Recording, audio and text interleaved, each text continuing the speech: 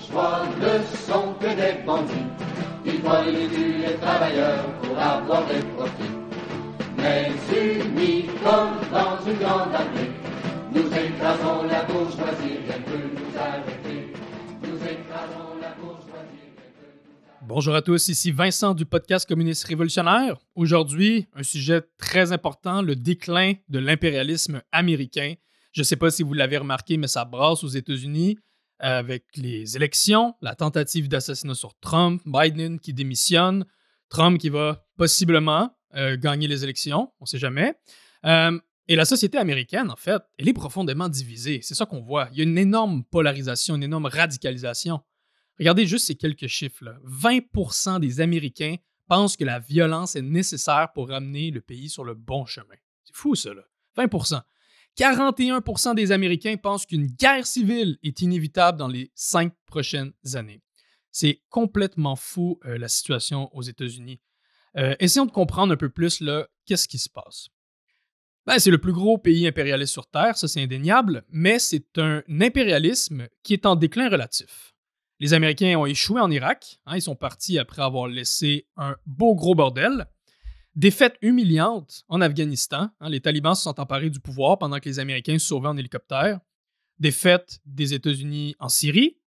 Les États-Unis sont incapables de gagner leur guerre contre la Russie. Ils n'osent même pas mettre des soldats sur le sol ukrainien, sinon ça va leur péter d'en face.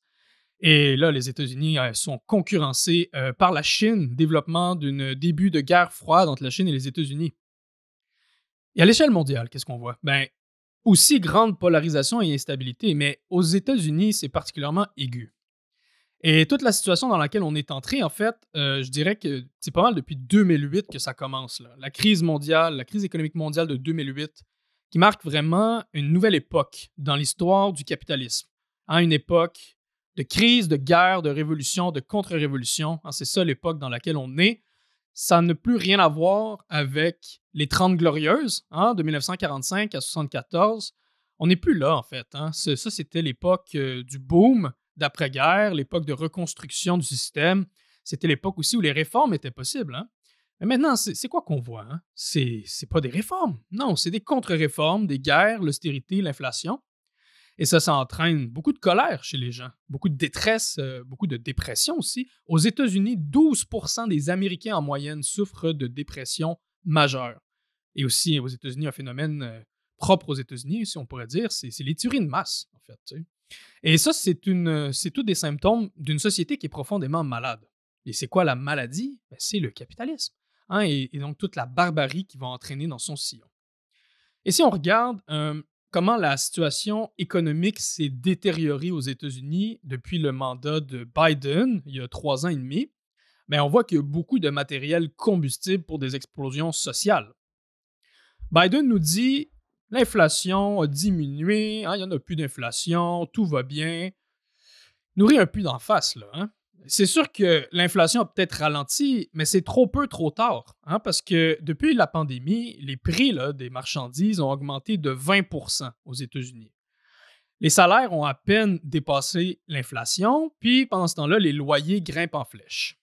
Il y a 32% des milléniaux puis des zoomers qui ont moins de 1000 $ d'épargne dans leur compte de banque. On parle ici d'un endettement massif des ménages. La plupart des gens ont des cartes de crédit avec des taux d'intérêt de 20% en moyenne. Il y a 18 000 milliards de dollars de dettes des consommateurs. 18 000 milliards. C'est beaucoup de zéros, ça. Puis pendant ce temps-là, la productivité, elle a continué à grimper. Il y a de la richesse qui circule, mais elle ne va pas dans la poche des travailleurs et des pauvres. Cette richesse-là s'en va directement vers les milliardaires. Le top 10 des milliardaires sont devenus des centimilliardaires dans les dernières années. Puis en plus de ça, les capitalistes, ils trouvent que les salaires sont trop élevés. Puis évidemment que les travailleurs trouvent que les salaires sont bien trop bas. Puis c'est cette contradiction-là qui est au cœur de toute la situation. Ça, c'est une recette pour la lutte des classes. Toute la situation que je viens de décrire, ça a créé des changements importants dans les consciences. Aux États-Unis, on est présentement devant les débuts d'un processus d'éveil révolutionnaire à une échelle de masse. Et ça se voit dans les sondages, notamment les sondages de méfiance envers les institutions de l'establishment bourgeois. Sondage fait par l'université Harvard sur les 18 à 29 ans qui montre qu'il y a une baisse de 10% dans l'armée. La confiance dans le président a baissé de 60% et se situe à 20%. La confiance dans Wall Street est à 9%, baissé de 43%, et la confiance dans les médias est à 10%. Pas ben de confiance envers les institutions bourgeoises. La radicalisation, elle prend aussi des formes embryonnaires et infantiles à travers notamment ce qu'on pourrait appeler le terrorisme individuel. On peut penser à l'auto-immolation du militaire Aaron Bushnell, qui s'est mis en feu pour dénoncer le soutien des États-Unis au génocide des Palestiniens. Mais côté terrorisme individuel, on peut aussi penser évidemment à la tentative d'assassinat sur Trump. Et là, on a un peu plus de détails sur l'assassin, c'est devenu beaucoup plus clair. Thomas Crooks, 20 ans, un loner, trouble de santé mentale qui n'a pas été traité. C'est quoi son allégeance politique? Pas clair, un peu compliqué. Il est enregistré républicain, mais il a fait un don de 15 $ à une campagne pour le Parti démocrate en 2021. Et turns out, ce qu'on a découvert, c'est que en fait, il cherchait à tuer ou Trump ou Biden, n'importe quel. Il a pogné celui qui était le plus accessible. Donc, cette tentative d'assassinat, c'est symptomatique, en fait, d'une couche désabusée de la population qui en veut aux élites et qui aurait recours à des solutions drastiques là, comme le terrorisme individuel. Donc, je parle des débuts d'un éveil révolutionnaire en échelle de masse. On a notamment du côté du mouvement ouvrier et syndical, il y a eu des développements importants là, dans les dernières années, notamment une vague de syndicalisation chez Starbucks et Amazon. Il y a le président du United Auto Workers, Sean Fain, qui est aussi appelé à une grève générale. Alors, c'est quand même, c'est pas rien ça.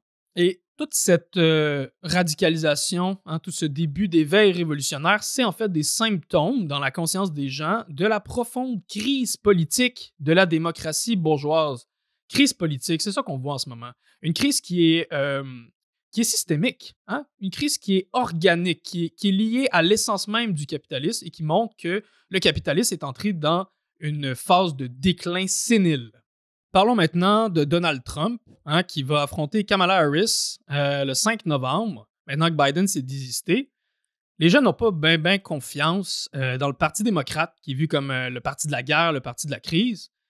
Trump et les républicains ils ont tenté de surfer sur la vague de radicalisation, en se présentant comme un parti pour la classe ouvrière, pour les classes pauvres.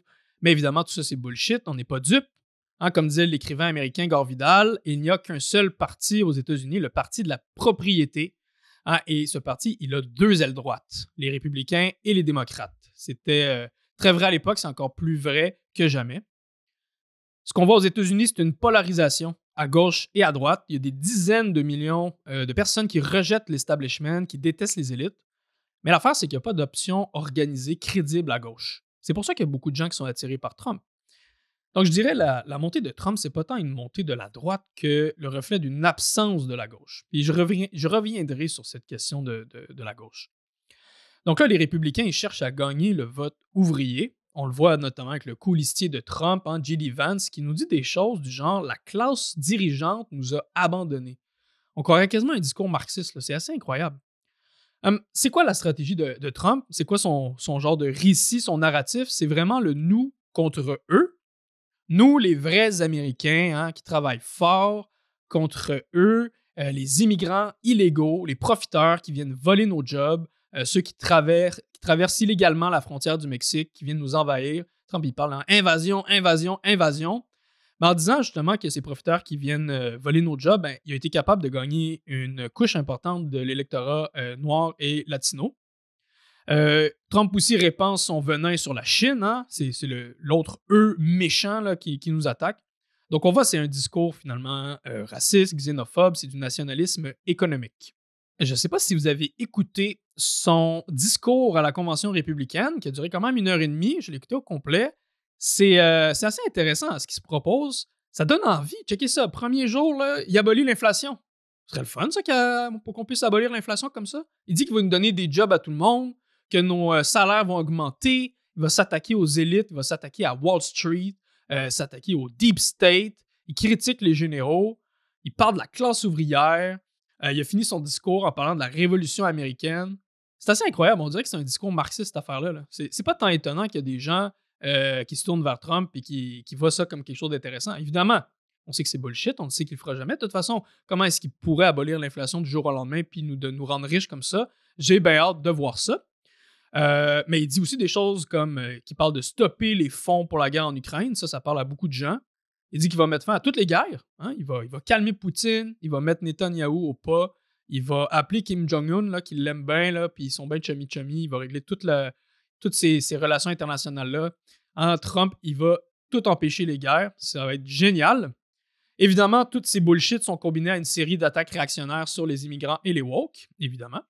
Et il y a de plus en plus de jeunes hommes américains qui s'identifient maintenant plus comme républicains que démocrates. Trump est perçu là, comme un guerrier, un mâle alpha, un underdog, un outsider hein, qui n'est pas dans l'establishment. C'est sûr que quand tu compares ça à Genocide Joe, un genre de zombie bégayant, quand il était encore dans la course, ben, of course que ça va rendre Trump pas mal plus attirant. Hein? Ce que Trump a réussi à faire avec le Parti républicain, c'est assez considérable. C'est devenu comme une genre de grande tente. D'un côté, tu as des fondamentalistes religieux qui côtoient des chefs syndicaux, puis tu as Hulk Hogan là-dedans aussi qui nous fait des discours. Le nouveau Parti démocrate, là, c'est vraiment, le nouveau Parti républicain, c'est vraiment comme un genre de monstre de Frankenstein avec des bouts de membres qui proviennent des différentes classes sociales. C'est plus du tout le même Parti républicain. En fait, il a transformé, il a créé un nouveau parti dans l'enveloppe de l'ancien. Trump nous parle de s'attaquer au Deep State, l'État profond. Hein, ça serait, selon son discours, là, les hauts fonctionnaires là, qui tentent de s'attaquer à Trump, ceux qui l'empêchent de concourir, ceux qui le poursuivaient en justice. Mais si Trump veut vraiment s'attaquer au Deep State, il va devoir s'attaquer aux syndicats de la fonction publique. Hein. Il va devoir s'attaquer au salaire des travailleurs, aux enseignantes, aux infirmières. Si Trump il remporte les élections, ce qu'on va avoir, c'est une vague massive de déception. Hein, parce qu'il a élevé les attentes. Là. C'est normal, il nous parle de nous donner des jobs, nous rendre riches, d'abolir l'inflation. Il ne va jamais être capable de mettre ça en place. Ça ne dépend pas de son seul, de ce décret. Là. Tu ne peux pas gouverner le système capitaliste comme ça avec des décrets. Et donc, les attentes, ils vont être déçus, en fait. Et les politiques que Trump va mener, ça va être des politiques qui vont servir les intérêts de la bourgeoisie. C'est ça qu'on va avoir avec Trump, tout simplement. Les pauvres, les travailleurs qui vont s'appauvrir, les riches qui vont s'enrichir. Trump va devoir mener des attaques sur les travailleurs, les femmes, les minorités, et il va falloir que le mouvement ouvrier se mobilise, en fait, pour contrer ces attaques. Une question intéressante à se poser, est-ce que la bourgeoisie veut de Trump? C'est clair que depuis les 8 dernières années, la majorité de la bourgeoisie n'a pas voulu de Trump. Mais pourtant, les populistes de droite et d'extrême droite, ils défendent clairement les intérêts de la bourgeoisie. Mais le problème, c'est qu'ils sont imprévisibles. Hein? Ils vont penser d'abord à leurs considérations personnelles, leur carriérisme, leurs désirs personnels, puis ils vont mettre ça en premier avant les intérêts de la bourgeoisie, même si, ultimement, c'est les intérêts de la bourgeoisie qui vont mettre de l'avant, tu sais.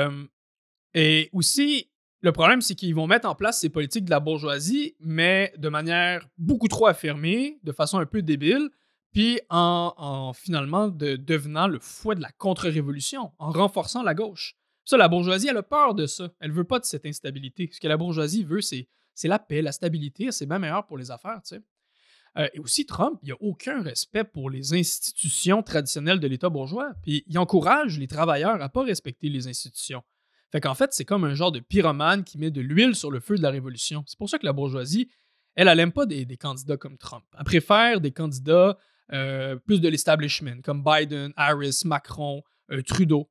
Et donc, c'est pas surprenant, en fait, que l'establishment bourgeois se soit ligué contre Trump dans les 8 dernières années, qui ont tenté de bloquer sa présidence, de l'accuser en justice, qui ont tenté de le mettre en prison pour l'empêcher de concourir aux élections. Et malgré toutes ces attaques-là, Trump est réussi à revenir à la surface plus fort que jamais. Aussi, à l'intérieur de son parti, la situation a changé. Il était attaqué de toutes parts, puis maintenant, il a réussi à mettre ses adversaires au pas. Et il a la main pleinement sur le gouvernail du Parti républicain. Donc bref, Trump n'est pas le candidat favori de la bourgeoisie. Mais, en même temps, les choses évoluent vite. Hein? Parce qu'avec la crise qui s'accentue, avec l'instabilité qui grandit, avec l'effondrement des politiciens de l'establishment, du centre libéral qui perdent de plus en plus de soutien, puis avec les la riposte de la classe ouvrière qui peut venir n'importe quand, c'est possible en fait que la bourgeoisie ait de plus en plus besoin d'un homme fort pour rétablir la situation en fait. Puis la bourgeoisie pourrait finir par voir Trump comme celui qui va être capable de rétablir l'ordre. Fait évidemment qu'il y a des bourgeois en ce moment qui soutiennent Trump, c'est évident. La bourgeoisie est quand même déchirée sur cette question-là, même si en général elle ne supporte Trump, mais la situation pourrait changer. Peut-être que Trump pourrait jouer un rôle que la bourgeoisie a besoin qu'il joue pour elle. Une autre question qu'on se fait souvent poser, est-ce que si Trump prend le pouvoir en novembre, est-ce qu'il va implanter une dictature? La réponse courte, c'est non. Il ne va pas implanter une dictature. Les conditions pour la dictature ne sont pas réunies aux États-Unis. Ça ne dépend pas du seul bon vouloir d'un individu. Trump ne peut pas imposer sa volonté comme ça sur toute la société. Il avait mentionné là, à la télé là, que les chrétiens n'auraient plus à voter. Hein, après novembre, il n'y aurait plus à voter. Puis il y a des gens qui ont interprété ça comme si il voulait s'emparer du pouvoir antidémocratiquement. Ben, lui-même, il s'est repris. Après, il a eu une chance de pouvoir s'expliquer. Puis il a expliqué non, je ne veux pas du tout implanter une dictature. Puis c'est pas du tout ça, en fait, son intention. T'sais. Et même s'il essayait d'implanter une dictature, il serait incapable, en fait. Il n'y a pas le soutien qu'il faut dans l'État pour être capable de mettre ça en place. Il n'y a pas assez de police pour maintenir l'ordre. Ça s'est vu là pendant le mouvement Black Lives Matter en 2020. Il a joué avec l'idée d'envoyer l'armée. Hein, il avait déjà envoyé la garde nationale pour réprimer le mouvement, mais il a joué avec l'idée d'envoyer l'armée. Puis il y a des généraux qui ont dit non, Trump, tu fais pas ça. Là. Fait que tu vois, même dans l'appareil d'État, il y aurait des blocages importants qui feraient que Trump, il pourrait pas faire ce qu'il veut. Puis pour qu'il puisse y avoir une dictature là, qui soit instaurée aux États-Unis, il faudrait que la classe ouvrière subisse de multiples défaites. Tu sais, si on se rappelle là, en Allemagne, quand Hitler prend le pouvoir en 1933, ça arrive parce que la classe ouvrière allemande a été défaite à plusieurs moments. Il y a eu plusieurs révolutions qui ont échoué. La classe ouvrière était démobilisée, démoralisée. C'est comme ça que Hitler a été capable de prendre le pouvoir. Aux États-Unis, on n'est pas du tout dans cette situation-là. La classe ouvrière n'a pas été défaite. La classe ouvrière, elle est à peine en train de s'échauffer, de s'étirer les muscles pour différents combats qui vont venir dans l'avenir. Donc non, la classe ouvrière ne laissera pas quiconque comme ça instaurer une dictature. Et ce n'est pas non plus dans l'intérêt de la bourgeoisie d'avoir ce type de régime en ce moment. La bourgeoisie préfère gouverner avec une démocratie bourgeoise, de maintenir l'illusion d'une démocratie. Et la bourgeoisie préfère encore plus gouverner par l'intermédiaire des dirigeants ouvriers et syndicaux, puis de les mandater eux pour tenir les ouvriers au pas. Assez parlé de Trump, parlons maintenant de l'autre côté de la division partisane, le côté pas mal moins intéressant. On avait jusqu'à récemment Joe Biden qui soulevait pas en tout d'enthousiasme. Biden qui avait un pied dans la tombe, qui était clairement sénile, incohérent, qui bafouillait. Il nous dit que tout va bien aux États-Unis, hein? C'est presque insultant. Je ne sais pas si vous avez vu le débat électoral, c'était assez pénible à voir. On ne sait pas s'il fallait rire ou pleurer devant les deux clowns qu'on avait devant nous. Il y a des millions d'Américains qui ont vu comment c'était assez pathétique ce que le régime américain pouvait offrir comme candidat, en fait. Il y a un sondage qui montrait que 82% des jeunes souhaitaient qu'on remplace les deux candidats, Trump et Biden. Donc, il n'y a pas nécessairement un appui considérable pour Trump. En fait, les gens qui se vont vers Trump, ils le font un peu avec le nez bouché, en fait, pour juste pas voter Biden. Une citation intéressante de Alan Woods qui dit « On ne peut pas expliquer la crise par la stupidité des dirigeants. Mais on peut expliquer la stupidité des dirigeants par la crise. » Ça s'applique très bien avec la situation américaine. C'est pas seulement des millions d'Américains, en fait, en voyant le débat, qui ont vu comment c'était pathétique. Les dirigeants démocrates, ils ont capoté aussi. Là. Ils ont commencé à comprendre qu'avec Biden, ils allaient perdre. Et ça a divisé les démocrates. Les couteaux, ils ont volé bas. Obama, qui a trahi Biden, hein, il l'a poignardé dans le dos en disant qu'il devait démissionner. Et maintenant, les démocrates se rallient à contre-cœur derrière Kamala Harris, comme la nouvelle candidate, même si personne ne semble vraiment avoir confiance en elle. C'est qui Kamala? Hein? Kamala de Cop. Hein? Elle est procureure en chef. Elle était responsable d'emprisonner de nombreux Noirs et Latinos pour des petits crimes. C'était aussi la commandante adjointe du gouvernement Biden, hein, qui a soutenu le génocide des Palestiniens. Donc, elle a du sang sur les mains, Kamala Harris. Est-ce que ça va rendre les choses plus difficiles pour Trump de gagner le vote des Noirs et des Latinos? Peut-être un peu, mais pour l'instant, c'est encore Trump qui est en tête, même si Kamala a réussi à aller chercher un peu plus de gains que Biden. Mais c'est encore Trump qui est en tête dans les sondages. Harris, elle est en général détestée. C'est la candidate de Biden, la candidate de l'establishment, c'est la candidate du gouvernement sortant qui est détestée. Les masses sont très fâchés contre le gouvernement. Tantôt, je disais que la polarisation a aidé Trump parce qu'il n'y avait pas d'alternative à gauche. Trump a réussi en fait à capturer une colère de classe distordue à l'intérieur de la tête d'une partie des travailleurs. Si on remonte à 2016, on avait Bernie Sanders, on avait le Squad, les représentants soi-disant socialistes du Democratic Socialists of America, qui auraient pu à l'époque en fait capturer cette colère-là s'ils avaient rompu avec les démocrates. Mais ils ont tout fait pour se lier à l'establishment. Ils ont soutenu Hillary Clinton, puis ensuite Biden. On a Alexandria Ocasio-Cortez, qui a fait tout ça aussi, mais en plus qui a voté pour la loi spéciale qui empêche maintenant les cheminots de faire la grève. C'est quand même assez incroyable que des soi-disant socialistes enlèvent le droit de vote, le droit de grève à des travailleurs. Et évidemment, Ocasio-Cortez, elle a soutenu Biden pendant le génocide d'Israël sur Gaza. Donc, c'est assez honteux. Et là, le DSC, il persiste à rester dans le Parti démocrate et refuse de créer un parti indépendant de la classe ouvrière. Et donc, ce qu'on voit, c'est que ce que tout le monde voit, en quelque sorte, c'est que ces réformistes de gauche, ils couchent dans le même lit que les élites, en fait. Et c'est pour ça qu'ils sont responsables de la montée de Trump. Et leur trahison, ils nous montrent quoi ne pas faire et quoi faire. Et qu'est-ce qu'il faut dire? Qu'est-ce qu'il faut faire si on est réellement à gauche? On ne veut pas de Trump, mais on ne veut pas non plus de Kamala Harris. Ni les républicains, ni les démocrates représentent la classe ouvrière. La classe ouvrière, elle doit se doter de son propre parti, puis s'attaquer à la racine du problème, qui est le système capitaliste lui-même. Une gauche là, qui serait authentiquement révolutionnaire, elle s'attaquerait à tous les partis bourgeois, mais elle s'attaquerait au système politique en général, le système politique bourgeois des États-Unis, puis une gauche vraiment radicale s'attaquerait à tout le système économique. Et une gauche qui serait capable, une gauche révolutionnaire qui amènerait ce message-là haut et fort, serait capable de gagner une partie importante de la colère des masses. Nous, notre section, nos camarades là-bas s'appellent les Revolutionary Communists of America, les communistes révolutionnaires des États-Unis. C'est notre section américaine de l'Internationale communiste révolutionnaire. Je vous invite à aller les trouver sur Internet, à aller voir leurs médias sociaux, leur site web.